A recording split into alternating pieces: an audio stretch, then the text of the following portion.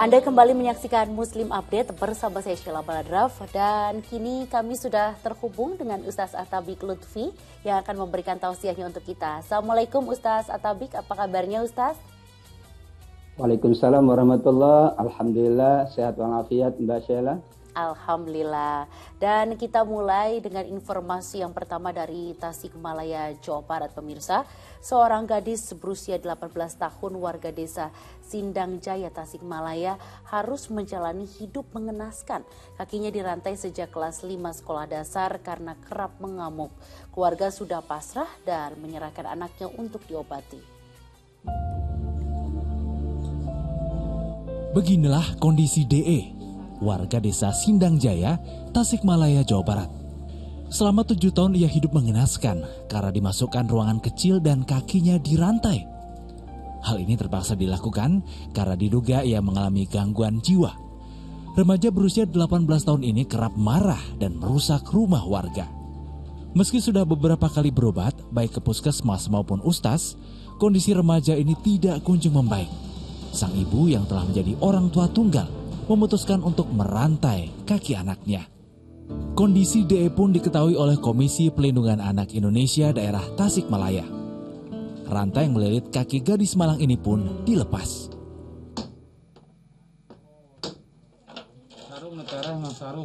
Dan langkah selanjutnya tentu KPAID akan melakukan koordinasi dengan dinas-dinas terkait, khususnya dinas sosial, pemerintah desa setempat, yang bahwasanya bahwa anak ini mungkin untuk sementara dalam rangka keamanan kami titipkan dulu di Yayasan Darul Ihsan untuk pemulihan.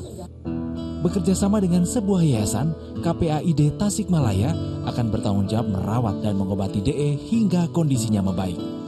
Eko Setiabudi melaporkan dari Tasikmalaya, Jawa Barat. Nauzubillah, ya meski kita tahu niat dari orang tuanya ini baik, yang pasti memasung bukanlah solusi agar penderita bisa sembuh atau justru bisa menjadi penderitaannya semakin parah. Nah ini lantas Ustaz yang ingin saya tanyakan, bagaimana sih pemasungan orang yang mengalami gangguan jiwa dalam hukum Islam? Apakah ini juga termasuk kegiatan yang zolim?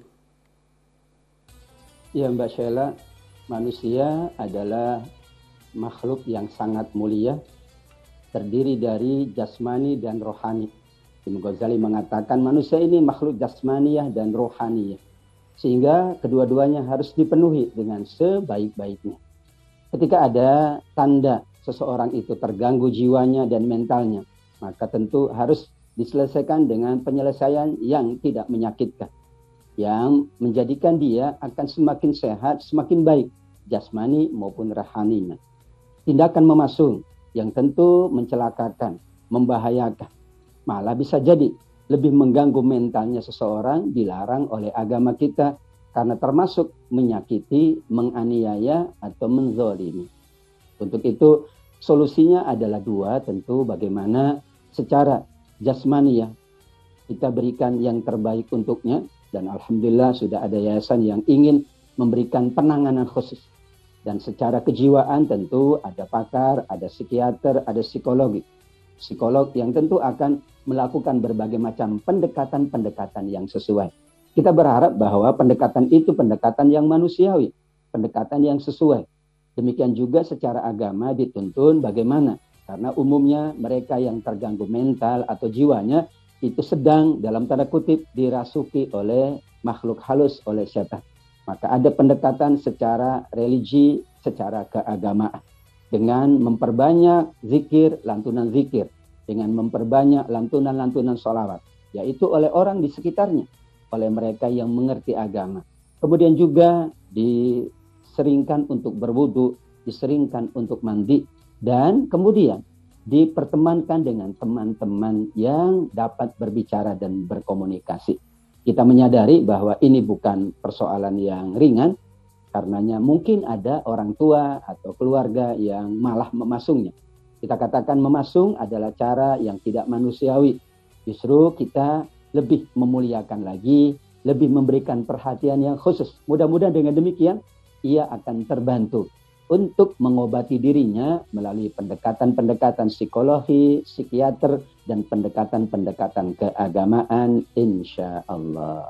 Ya, insya Allah. Ustaz, ini tadi kan Ustaz sempat mengatakan bisa dilakukan dengan pendekatan-pendekatan agama gitu ya Ustaz. Nah itu lantas apakah ada surat-surat tertentu yang bisa didengarkan jika ada keluarga yang mengalami gangguan jiwa sehingga bisa segera sembuh gitu Ustaz? Atau ada cara-cara lainnya lagi dalam Islam gitu Ustaz?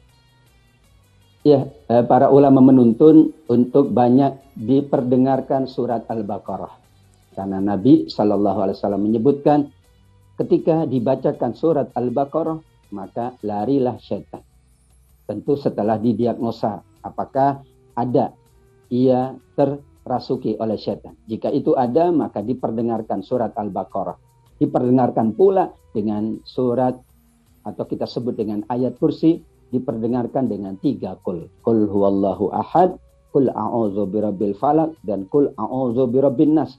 Sambil terus dibacakan itu, dia diwudukkan, dimandikan, diguyur air dari ujung kepala hingga ke bawah mata kaki. Kenapa? Paling takut setan itu dengan air. Maka inilah pola-pola, namun yang melakukannya tentu yang ahli. Jangan sampai kemudian ya seseorang melakukan pengobatan secara keagamaan tetapi dia tidak ahli. Sama juga dengan pengobatan secara fisik. Tentu yang melakukannya adalah mereka yang ahli di bidangnya, sehingga kita berharap nanti di yayasan tersebut ada ustadz atau ada ulama, ada kiai yang mampu memberikan solusi kedua, solusi dalam bentuk solusi keagamaan, insya Allah. Ya, insya Allah.